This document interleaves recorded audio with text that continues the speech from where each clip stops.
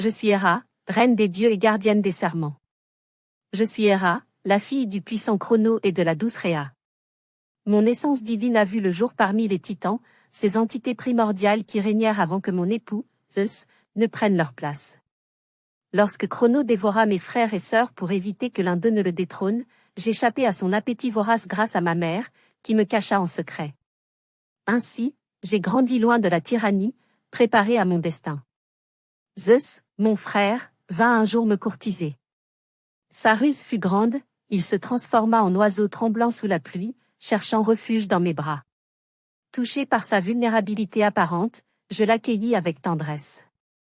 Ce fut là qu'il révéla sa véritable nature, me demandant d'unir mon destin au sien. Bien qu'il ait su me convaincre, nos noces furent loin d'être une simple histoire de romance. Ce mariage scella l'équilibre de l'Olympe et fit de moi la reine des dieux, une position que je protège avec force et dignité. En tant que déesse du mariage et de la fidélité, je veille sur les unions sacrées. Les serments prononcés devant les dieux sont placés sous ma protection. Pourtant, n'est-il pas ironique que mon propre époux soit l'exemple même de l'infidélité? Zeus, bien qu'il m'ait choisi pour régner à ses côtés, n'a cessé de céder à ses désirs pour d'innombrables mortels et nymphes.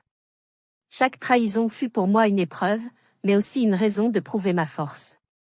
Nombreux sont ceux qui m'ont vue comme jalouse et vindicative, mais peu comprennent vraiment le poids de mes responsabilités. Mon courroux ne s'adresse jamais sans raison, il est un rappel des conséquences des trahisons et des promesses brisées. Les enfants issus des écarts de Zeus, ainsi que leur mère, n'ont souvent trouvé en moi qu'un regard froid. Mais n'était-ce pas mon rôle de rappeler à chacun l'importance du respect des engagements? Mon pouvoir va bien au-delà du mariage.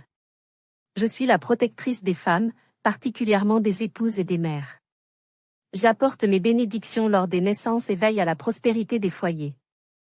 Mais je suis aussi la déesse qui punit l'arrogance. Ceux qui osent défier ma grandeur ou porter atteinte à l'équilibre des choses rencontrent ma colère.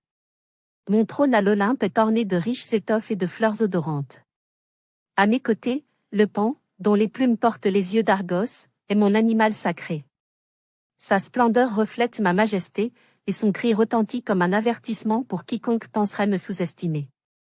Ma légende est tissée dans l'histoire des héros et des mortels.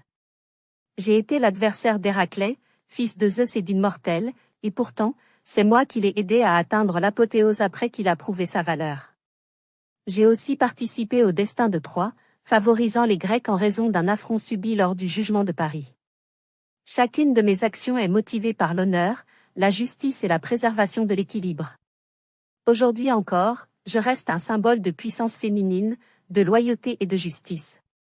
Que ceux qui prononcent des vœux devant moi se souviennent que je suis toujours là, attentive.